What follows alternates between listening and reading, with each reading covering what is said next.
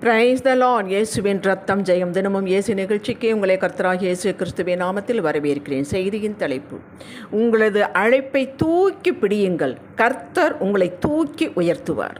ஆதார வசனம் ரோமர் 8:28. அன்றியும் அவருடைய தீர்மானத்தின்படி அழைக்கப்பட்டவர்களாய் தேவனிடத்தில் அன்பு கூறுகிறவர்களுக்கு சகலமும் நன்மைக்கு ஏதுவாக நடக்கிறது என்று அறிந்திருக்கிறோம். தேவ மக்களே, தனது குமாரனின் இயேசுவின் சாயலுக்கு ஒப்பாயிருக்கும்படிதான் அழைக்கப்பட்டோம். அவர் முதற் பேரானவர், முதற் பலனானவர்.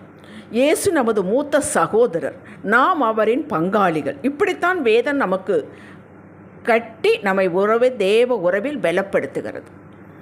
இது யாரோ சொன்னது அல்லங்க. வானத்தையும் பூமியும் படைத்தவர், தனது வார்த்தையில் உண்மையுள்ளவர், பரிசுத்தர். தமது திருவாயிலிருந்து புறப்பட்ட வார்த்தைகள் இவைகள். இதன் மதிப்பை நாம் அறிந்திருந்தோமானால் இந்த உலக உறவிற்கு ஏங்க மாட்டோம், புலம்ப மாட்டோம். அப்படித்தான் உலகம் என்று நாம் ஏற்றுக்கொண்டிருப்போம். உதாரணத்திற்கு, ஒருவர் பார்த்து ஒரு சகோதரியை பார்த்து சொல்லுகிறார்: சகோதரியே, நான் உன் உடன்பிறப்பு போல, உடன்பிறப்பு மாதிரி, எப்போ வேண்டுமானாலும் எது வேண்டுமானாலும் கேளுங்கள் என்றார். இப்போ ஃபோன் எடுத்தால் ஃபோனை கட் பண்ணுகிறார். இந்த உறவை உண்மை என்று நம்பி நம்பிக்கை வைக்கிறோம். உண்மை அல்லாததை உண்மை என்று நம்பினது யார் தவறு சொல்லுங்கள்?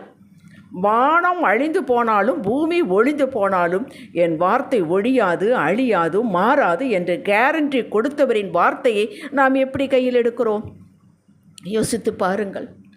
இந்த இடத்தில் தானே நாம் வேறு பிரிந்து கொள்ள வேண்டும். அழைக்கப்பட்டவர்கள்தாம்.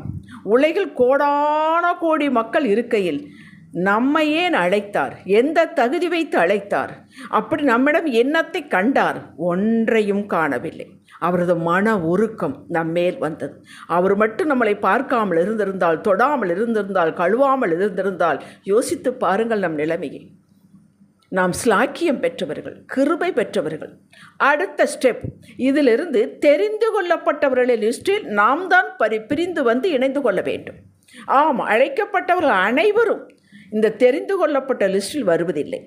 அந்தப்படியே அழைக்கப்பட்டவர்கள் அநேகர், தெரிந்து கொள்ளப்பட்டவர்கள் சிலர் என்கிறது வேதம். மத்தேயு 22:14, மத்தேயு 20:16. இதற்கு என்ன தகுதி? கர்த்தரின் நேசத்தை ஏற்றுக்கொண்டு பிரதியாக நாம் அவரை நேசிக்க வேண்டும். அவர்தான் நம்மை முந்தி நேசித்தார். நேசத்தினால்தான் தன் ஜீவனையே கொடுத்தார். தேவன் தம்முடைய ஒரே பேரான குமாரனை விசுவாசிக்கிறவன் எவனோ அவன் கெட்டு போகாமல் நித்திய ஜீவனை அடையும்படிக்கு அவரை தந்தருளி இவ்வளவாய் உலகத்தில் அன்பு கூர்ந்தார். படிக்கிறோம் அல்லவா? யோவான் 3:16. வாயின் வார்த்தையினாலே அவர் அன்பு கூறவில்லை, சொன்னதை செய்து செயலில் காட்டி அன்பை விளங்க பண்ணினார். நேசத்தை காட்டினார். உச்சகட்டம் தன் ஜீவனையே கொடுத்தார். யோசித்து பாருங்கள். அன்பு, விசுவாசம் இவைகள் வினைச்சொல், இவைகள் செயலை குறிக்கின்றன. பிரதியாக நம்மிடம் அவர் எதையும் கேட்கவில்லை. நமது அன்பைத்தான் கேட்டார், தம் இருதயத்தைத்தான் கேட்டார். அவனுடைய இருதயத்தை எனக்கு தாய் என்று தான் கேட்டார். அதை எதற்காக அவர் வைத்துக்கொண்டு என்ன செய்ய போகிறார்? அதை நிரப்புவதற்கு, தமது அன்பினால் நிரப்புவதற்கு, பிரியத்தால் நிரப்புவதற்கு, வல்லமையால் நிரப்புவதற்கு. அப்படி நமது அன்பு செயலில் தான் காட்ட வேண்டும். ஆம், அவரை குழந்தையைப் போல நம்பி ஏற்றுக்கொள்வது, அடுத்து அவரது சொல்லுக்கு கீழ்ப்படிவது. இதுதான் நாம் நேசத்தை காட்டுவது. நாம் அவரை நேசிப்பது உண்மையானால் அவருடைய கட்டளைக்கு நாம் கீழ்ப்படிவோம். அது கஷ்டமோ, ஒத்துக்கொள்ளாதோ, மூளை ஒத்துக்கொள்ளாதோ, எதுவோ அப்படியே கீழ்ப்படிவோம், குழந்தையைப் போல. இந்த கீழ்ப்படிதல் நம்முடைய நன்மைக்காகத்தான். பெற்றோர்கள் மீது பிள்ளைக்கு அன்பிருக்கும் பட்சத்தில் அப்படியே கீழ்ப்படுகிறார்கள். எனக்கு பிடிக்கவில்லை, ஒத்துக்கொள்ளவில்லை, சிரமமாக இருக்கிறது, ஆயினும் என் அப்பா எனக்கு நன்மையை தவிர வேறு எதையும் செய்ய மாட்டார், அவரை நான் சந்தோஷப்படுத்த வேண்டும், நான் கீழ்ப்படியாவிட்டால் அவர் சோர்ந்து போய்விடுவார் என்று இந்த உலக பிள்ளைகள் பலர் செய்கிறார்கள். இந்த உலக பெற்றோர் தன் பிள்ளைகளுக்காக உயிரை கொடுக்கிறார்களா? நம்முடைய பரம தகப்பனுக்கு நாம் எப்படி கீழ்ப்படிந்து நமது அன்பை காட்ட வேண்டும் என்று சற்று சிந்தித்து பாருங்கள். செய்தியின் அடுத்த நிலை, இப்படி ஏற்றுக்கொண்டு அவரையே நம்பி நம்பிக்கை கொண்டு ஆவியானவருக்கு கீழ்ப்படுகிறவர்களே தெரிந்து கொள்ளப்பட்டவர்கள். இவர்களுக்குத்தான் இவர்கள் ஏதோ நடந்தாலும், தீமையோ, நஷ்டமோ, துன்பமோ, ஏமாற்றமோ, நிந்தையோ, ஏதோ எப்படி நடந்தாலும் அத்தனை நன்மையாக மாற்றி வெற்றியின் ஸ்டேஜில் நிற்க வைப்பார். இந்த லிஸ்டில் நீங்களும் நானும் இருக்க வேண்டும். தாவீது ஆண்டவரையே சேவித்தான், நம்பினான். பயப்படும் நாளில் உம்மையே நம்புவேன் என்றான். சங்கீதம் 56:3. எந்த மனிதனும் அவன் ஓடவில்லை. அபிஷேகம் பண்ணப்பட்டவனை தொடக்கூடாது என்பது தேவ கட்டளை. அப்படியே கீழ்ப்படிந்தான். அது அவனுக்கு மிகவும் சிரமந்தான், ஆனால் கீழ்ப்படிந்தான். ஆனால் அவனுக்குத்தான் எத்தனை துன்பங்கள். காடு காடாய் ஓடினான், குகையாய் தங்கினான். ஒரு ஆதரவும் இல்லை, தேற்றுவார் இல்லை. அவனே தன்னைத்தான் தேற்றிக்கொண்டான். கர்த்தருக்குள் தன்னை திடப்படுத்தி கொண்டான். 1 சாமுவேல் 30:6. ரிவார்டு என்ன? அப்பசோப்பம் அல்லங்க, சமஸ்த இஸ்ரவேலுக்கு ராஜா. 40 ஆண்டுகள் ஆட்சி புரிந்தான். ஆலயம் கட்டுவதற்கு அத்தனையும் சபதரித்து வைத்தான். கர்த்தரே சாட்சி சொல்லுகிறார், தாவீது என் இருதயத்துக்கு ஏற்றவன் என்று. இயேசு எப்படி அழைக்கப்படுகிறார்? தாவீதின் குமாரன், ராஜாவாகிய தாவீது, ஈசாயின் அடிமரம், வேர், தாசனாகிய தாவீது என்று அழைக்கப்படுகிறார். எவ்வளோ பெரிய ஸ்லாக்கியம்! ஒரு மனிதனை கொண்டு தன்னை அடையாளம் காட்டுகிறார் என்றால் எவ்வளவு பிரியம் அவருக்கு தாவீதின் மேலே. பின்வந்த ராஜாக்கள், தாவீதுக்கு பின்வந்த ராஜாக்கள் கர்த்தருக்கு ஏற்ற நன்மைகள் செய்தால் அவருடைய தகப்பன் யாராக இருக்கட்டும், ஆனால் வேதம் எப்படி குறிப்பிடுகிறது? இவன் தன் தகப்பன் தாவீதை போல செம்மையானதை செய்தான் என்று சாட்சி வைக்கிறார். யோசேப்பு, யோபு, தானியேல் இவர்கள் தங்களது அழைப்பை கனப்படுத்தினார்.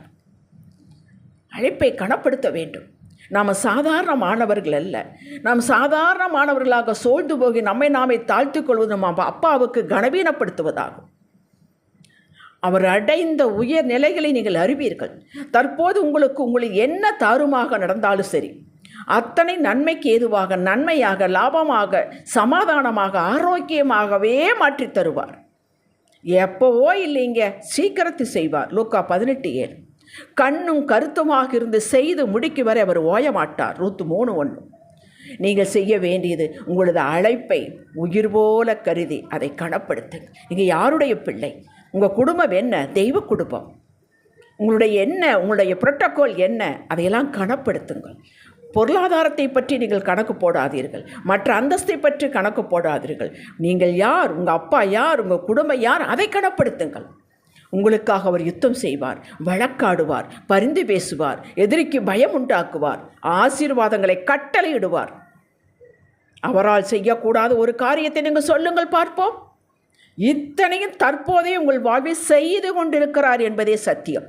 இந்த சத்தியம் இன்று இப்போது உங்களை எல்லா அவிசுவாச கட்டிலிருந்து விடுதலையாக்கட்டும். எல்லா இருளையும் வெளிச்சமாக்கட்டும். நீங்கள் எழும்புவீர்களாக இயேசுவின் நாமத்தில். ஜெபிக்கலாம். அப்பா பிதாவே, உம்மிடத்தில் அன்பு கூறுகிறவர்களுக்கு சகலமும் நன்மைக்கு ஏதுவாக நீ நடத்தி கொண்டிருக்கிறேன், நடத்துகிறேன். முடிவு சம்பூர்ணம். முடிவு என்பது இறுதி அல்ல. சாட்சியில் வேதத்தில் வைத்திருக்கிறேன். சாட்சியின் மூலமாக நாங்கள் அறிந்திருக்கிறோம். இந்த அறிந்த சத்தியம் எங்களை வழிநடத்தட்டும் அப்பா, இயேசுவின் நாமத்தில் பிதாவே. இன்றைய சிந்தனைக்கு, இன்றைக்கு நான் இருக்கும் நிலையை வைத்து கணக்கு போடாதீர்கள். எனக்குள் இருக்கும் ஆவியானவர் வைத்து என்னை நிதானியுங்கள். நான் சகலத்தையும் பெற்றுக்கொண்டு எழும்புவேன். ஆமேன். ஹல்லேலூயா.